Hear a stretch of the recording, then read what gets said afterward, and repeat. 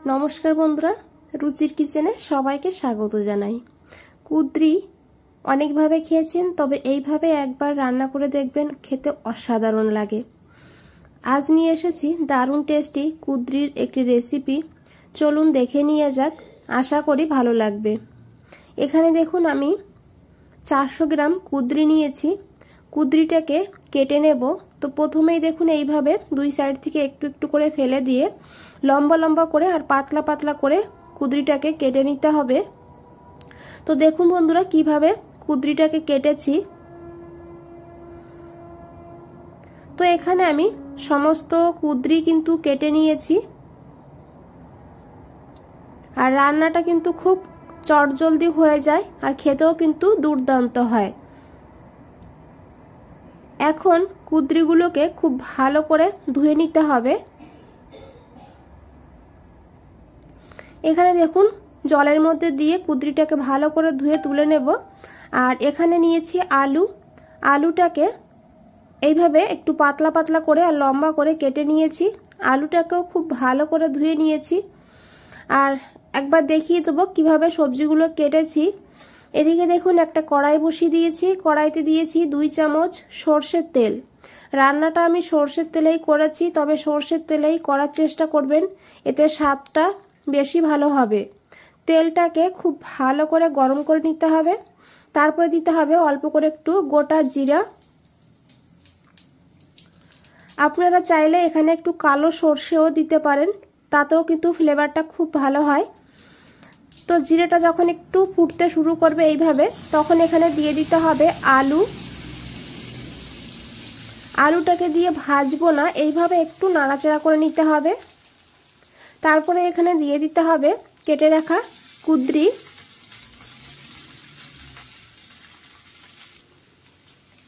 এখন 2 মিনিট এইভাবে আলুর সঙ্গে কুদ্রিটাকে ভেজে নিতে হবে। এতে আলু কুদ্রি খুব ভালোভাবে ভাজা হয়ে যাবে।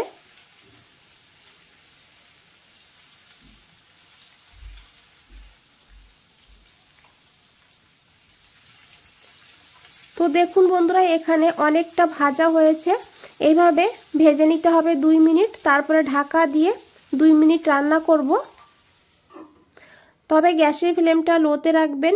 এখানে নিয়েছি একটা পেঁয়াজ, মিডিয়াম সাইজের। পেঁয়াজটাকে এইভাবে ঝিরিঝিরি করে কেটে নিতে হবে। তবে এই রান্নায় আমি পেঁয়াজ ব্যবহার করেছি। আপনারা যদি পেঁয়াজ দিতে না চান তাহলে পেঁয়াজটাকে বাদ দিয়ে একইভাবে রান্নাটা করে নেবেন, তাতেও কিন্তু খেতে খুব ভালো হবে। তো দেখুন 2 মিনিট পর ঢাকনাটা খুলে নিয়েছি। এখন একবার খুব ভালো করে মিশিয়ে নিতে হবে।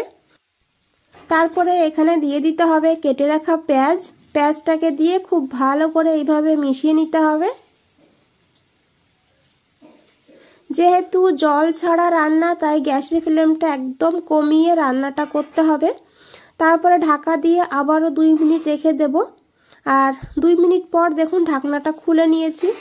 আর এখানে দেখুন কুদ্রি আলু অনেকটা নরম হয়ে গিয়েছে আর ভাজা ভাজাও হয়ে গিয়েছে বেশ খানিকটা।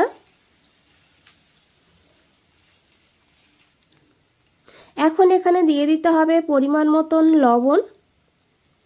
তার সঙ্গে দিয়েছি এখানে 1/4 চামচ হলুদের গুঁড়ো আর দিয়েছি সামান্য একটু লঙ্কার গুঁড়ো। এখানে আমি কাশ্মীরি লঙ্কার গুঁড়ো ব্যবহার করেছি, তবে আপনারা চাইলে ঝাল লঙ্কার গুঁড়ো ব্যবহার করতে পারবেন। এখানে কালারের জন্য সামান্য একটু লঙ্কার গুঁড়ো দিয়েছি।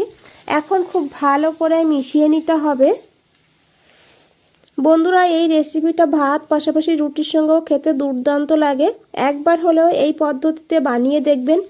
আর কুদ্রি খাওয়া কিন্তু ভীষণই ভালো আমাদের শরীরের পক্ষে। তো দেখুন খুব ভালো করে মিশিয়ে নিয়েছি। আর এখন দিয়েছি এখানে কাঁচা লঙ্কা 2টো এইভাবে ছোট ছোট করে কেটে। তারপরে ঢাকা দিয়ে আবারও লো ফ্লেমে 2 মিনিট রেখে দেব। এদিকে বন্ধুরা একটা মশলা বানাবো, তার জন্য নিয়েছি 2 চামচ চীনা বাদাম। বাদামটাকে হালকা করে ভেজে নেব। বন্ধুরা রেসিপিটা ভালো লাগলে অবশ্যই একটা লাইক করে দেবেন, চ্যানেলটাকে সাবস্ক্রাইব করে পাশে থাকবেন। ফেসবুক থেকে দেখলে পেজটাকে ফলো করে দেবেন, কমেন্টস করে জানাবেন কেমন লেগেছে আপনাদের।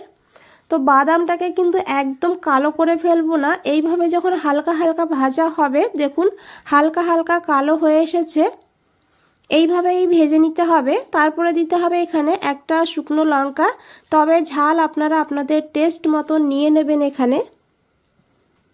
তার সঙ্গে দিয়েছি হাফ চামচ এখানে গোটা ধনিয়া আর হাফ চামচ দিয়েছি গোটা জিরা। গ্যাসের ফ্লেমটা একদম লোতে রাখবেন, লোতে রেখে এই মশলাটাকে আবারও 15 থেকে 20 সেকেন্ড এইভাবে ভেজে নিতে হবে। এখানে দেখুন বন্ধুরা মশলাটা ভাজা হয়ে গিয়েছে, সুন্দর একটা গন্ধ বেরিয়ে গিয়েছে। এর থেকে বেশি আর ভাজবো না, না হলে পুড়ে যাবে, তখন কিন্তু খেতে ভালো লাগবে না। তো দেখুন মশলাটাকে আমি তুলে নিয়েছি, তারপরে ঠান্ডা করে নিতে হবে। এখানে মশলাটাকে ঠান্ডা করে নেওয়ার পর এইভাবে একটা মিক্সচার গ্রাইন্ডারে দিয়ে মশলাটাকে দেখুন গুঁড়ো করে নিয়েছি। মশলাটাকে সাইডে রেখে এদিকে দেখুন যে 2 মিনিট ঢাকা দিয়ে রেখেছিলাম, 2 মিনিট পর ঢাকনাটা খুলে নিয়েছি। এখন একবার খুব ভালো করে মিশিয়ে নিতে হবে। আর এদিকে দেখুন কুদরি আলু খুব ভালোভাবে সিদ্ধ হয়ে গিয়েছে।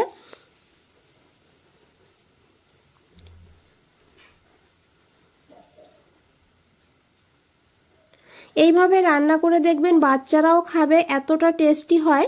তো এখানে দিয়েছি কয়েক দানা চিনি, তো আপনাদের অপছন্দ হলে চিনিটা বাদ দিয়েও রান্নাটা করতে পারবেন, কোনো অসুবিধা হবে না। চিনি দিয়ে খুব ভালো করে মিশিয়ে নিতে হবে। তারপরে এখানে দিয়ে দিতে হবে ভাজা মশলা।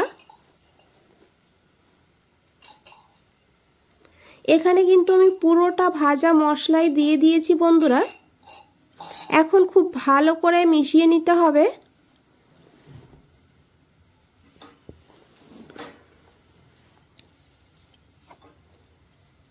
এখানে দেখুন মিশিয়ে নিয়ে এইভাবে 2 মিনিট রান্না করেছি লো ফ্লেমে। এই 2 মিনিট এইভাবে অবশ্যই রান্না করতে হবে, তাতে কিন্তু এই মশলার ফ্লেভারটা খুব ভালোভাবে আলু কুদরির মধ্যে ঢুকে যাবে।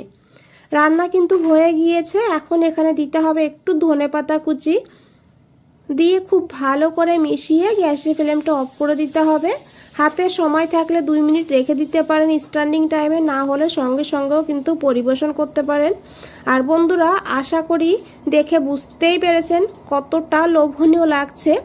তো এইভাবে একবার হলেও বানিয়ে দেখবেন, তারপরে আমাকে কমেন্টসে জানাবেন আপনাদের কেমন লেগেছে। তো বন্ধুরা রেসিপিটা যদি ভালো লাগে অবশ্যই একটা লাইক করে দেবেন, চ্যানেলটাকে সাবস্ক্রাইব করে পাশে থাকবেন। বন্ধুরা আজ তাহলে এই পর্যন্তই, ফিরে আসছি নতুন কোনো রেসিপি নিয়ে।